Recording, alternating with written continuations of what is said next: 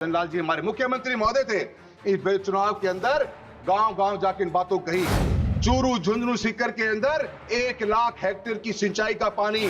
Sir आप मुझे इस तरह देख रहे हो, मुझे लग रहा है कि आप घंटे बजाने वाले हो। सर देखो मत सर ना मुझे कोई वहां बोलने दे रहा नहीं, यहाँ बोलने दे रहे।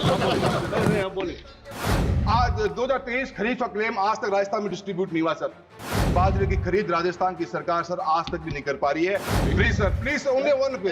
आज चूरू लोकसभा क्षेत्र से हमारा शेखावटी, हमारा नागौर है, बीकानेर है, गंगानगर, हनुमानगढ़ तक। बीजेपी वाले ध्यान से सुनना। माननीय अध्यक्ष महोदय, धन्यवाद आपका। आपने मुझे बजट के ऊपर बोलने का मौका दिया है। माननीय वित्त मंत्री जी के इस बजट के अंदर जो पेश किया गया, देश भर के अंदर एक जो मैसेज इस सरकार द्वारा दिया गया था कि सबका साथ सबका विकास, इस मुद्दे पे 10 साल से की सरकार के अंदर है और इस बार का जो बजट पूरे देश भर में जो मैसेजिंग जाने का काम हुआ है, उसका एक ही मुझे लाइन लगती है कि जो हमारे साथ है हम उनके साथ हैं का बजट नजर आता है।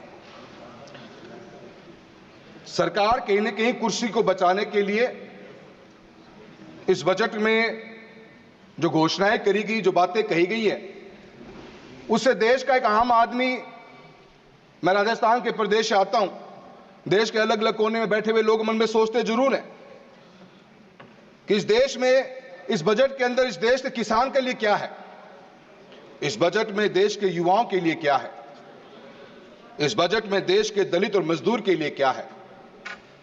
और सबसे महत्वपूर्ण बात यह है कि इस बजट में इस बदलते हुए हिंदुस्तान के लिए, इस विकसित भारत के लिए क्या है। जीडीपी की ग्रोथ रेट जो 23-24 में रही वो 8% के आसपास रही।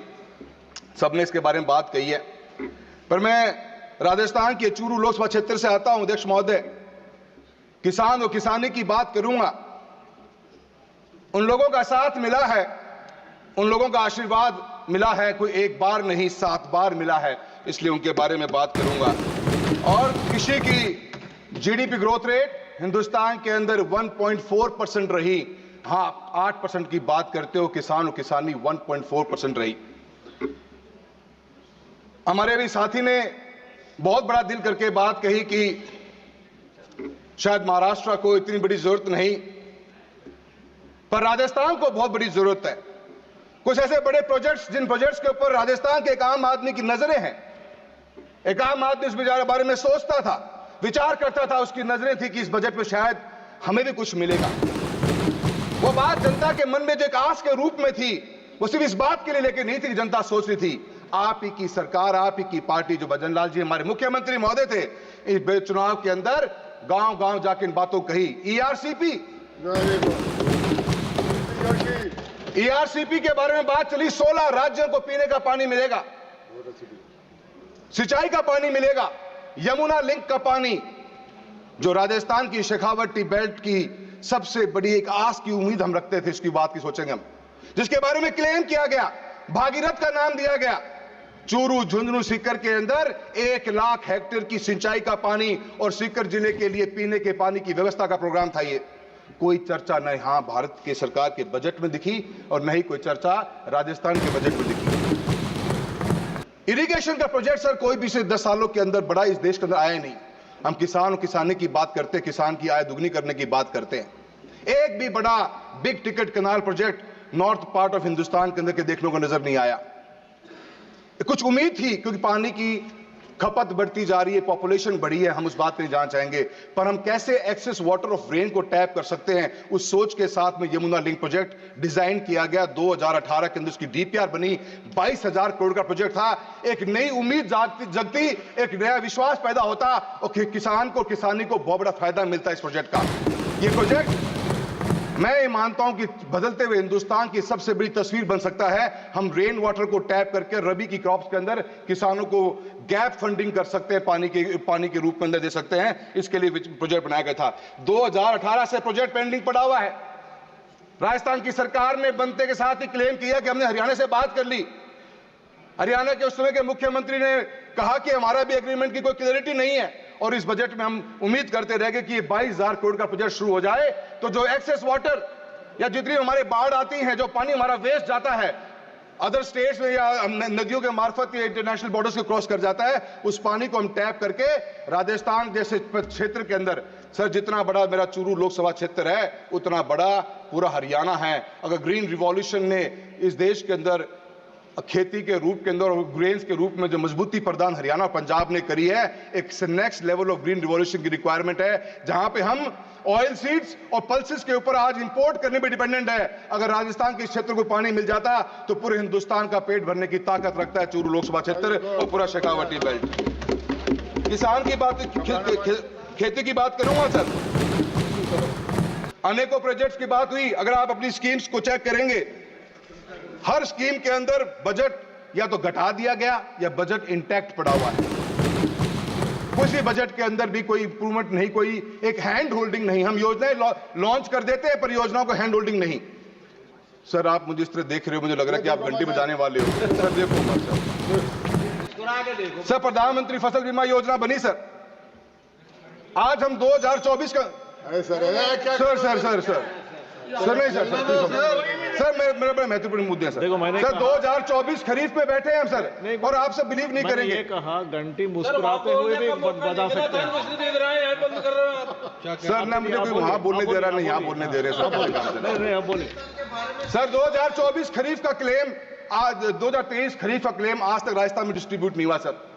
2024 खरीफ पिछले आने वाले 7 दिन में इसका प्रीमियम भर चुके होंगे सर। किसके पास जाएं सर? किसान परेशान है, धरना प्रदर्शन रोज चल रहा है राजस्थान के अंदर। एक साल बीत जाता है सर, क्लेम का डिसबर्समेंट नहीं हो रहा। रिलायंस कंपनी को, इंश्योरेंस कंपनी को दे रखा चूरू का ठेका सर, लोकसभा क्षेत्र का। कभी ये आपदा, कभी ये आपत्ति, कभी कुछ है कभी कुछ, आए दिन प्रॉब्लम है सर। और सर एमएसपी की बात करी जाती है सर, किसान क्या मांग रहा है? आज हमारे मंत्री महोदय ने कहा कि हमने सब कुछ लिख के दिया ही नहीं। तो आपने क्या लिख के दिया, क्या गारंटी दी? मांग क्या रहा है किसान? आज किसान और किसानी इतने बुरे हाल में है कि एक एमएसपी की गारंटी मांग रहे हैं। लाखों करोड़ रुपए का बजट आप देश के अंदर बांट रहे हो, किसान को चाहिए क्या? एक एमएसपी की गारंटी चाहिए। उस गारंटी के लिए किसान और किसानी लेबर के साथ लेबर ही रही, एक रोजगार पैदा करती है बहुत बड़ा, और बहुत बड़ी इकोनॉमी हमारी इसके ऊपर डिपेंडेंट है। बाजरे के ऊपर अपने मिलेट ईयर की बात की पिछले साल, इस बार मिलेट ईयर के नाम पे कुछ भी बात नहीं हुई। बाजरे की खरीद राजस्थान की सरकार सर आज तक भी नहीं कर पा रही है। आप बाजरे को मिलेट के रूप में शामिल करना चाहते हो। मेरे लोकसभा क्षेत्र में सर ग्वार सबसे बड़ा प्रोडक्शन होता है, और ग्वार को एमएसपी में शामिल करने के लिए मैं आपसे बात करना चाहूंगा सर। मैं please conclude please sir, please only one please. There are so many speakers here only, they're all sitting here.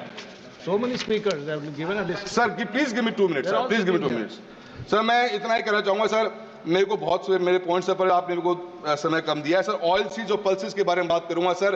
160 lakh ton 1.4 lakh crore रुपए के एडिबल ऑयल्स हमने इस कंट्री में इंपोर्ट करे पिछले साल के अंदर। और sir import duty palm oil के ऊपर जो लगाई, जीरो कर दी गई, उसका इंपैक्ट क्या पड़ा सर? आज चूरू लोकसभा क्षेत्र से हमारा शेखावटी, हमारा नागौर है, बीकानेर है, गंगानगर, हनुमानगढ़ तक का पूरा बेल्ट है सर। सरसों की सबसे बड़ी पैदावार होती है सर। भाव नहीं मिल रहा किसान को, जब बोने की उसकी बिल्कुल भी इच्छा नहीं कर रही। हम कैसे बैलेंस आउट करेंगे इसका पता ही नहीं चलता सर। मैं आपने नेचुरल फार्मिंग की बात करी है, तो आपने 1 करोड़ सर्टिफिकेशन दोगे sir. Natural farming, zero budget farming, organic farming sir, कौन इसको परचेज करेगा? कोई मैकेनिज्म ही नहीं है हमारे पास में इसका। क्या आज किसान अपनी नेचुरल फार्मिंग को, प्रोड्यूस को किसको जाके बेचेगा सर? उसका भाव मिल रहा है नहीं मिल रहा मार्केट में, उसको कोई देखने वाला नहीं है सर। मेरा आपसे इतना कहना है कि सर पैसा, स्कीमें बहुत सी बनी, अनेकों स्कीमें देश में बन के ही आई सर, आज तक उनका कोई हैंड होल्डिंग नहीं। सांसद आदर्श ग्राम योजना बना दी गई सर। एक योजना, एक गांव की विलेज डेवलपमेंट प्लान जब बना तो 22 करोड़ रुपए का प्लान बना। और सर चूरू लोकसभा क्षेत्र का उदाहरण देता हूं, 325 करोड़ मिलते हैं नरेगा के अंदर काम करने के लिए। एक सरपंच को एक साल में 1.25 से 1.5 करोड़ मिलता है काम करने के लिए। 1.5 करोड़ की लागत से वो 22 करोड़ की वीडीपी कब पूरी होगी? 22 साल बाद पूरी होगी सर। हम कैसे गाँव का विकास करा पाएंगे? आप सोच के देखिए बात को सर। आप अभी शिक्षा के बारे में इतनी बात चली है सर, चूरू लोकसभा क्षेत्र की बता देता हूं, एक छोटी सी बात सर, एक सर लास्ट टाइम बोलूंगा। अध्यक्ष महोदय लास्ट टाइम, लास्ट टाइम अध्यक्ष sir ji please understand sir. अध्यक्ष महोदय, मैं आपसे इतना कहना चाहता हूँ, यहीं से बड़ा लिस्ट आया है, यहीं से बड़ा लिस्ट आया। सर सब कॉपरेट कर रहे हैं, आप भी कर लो सर मुझे कॉपरेट। Please conclude. धन्यवाद दीपेंद्र जी, आपका सहयोग बहुत अच्छा लगा मुझे।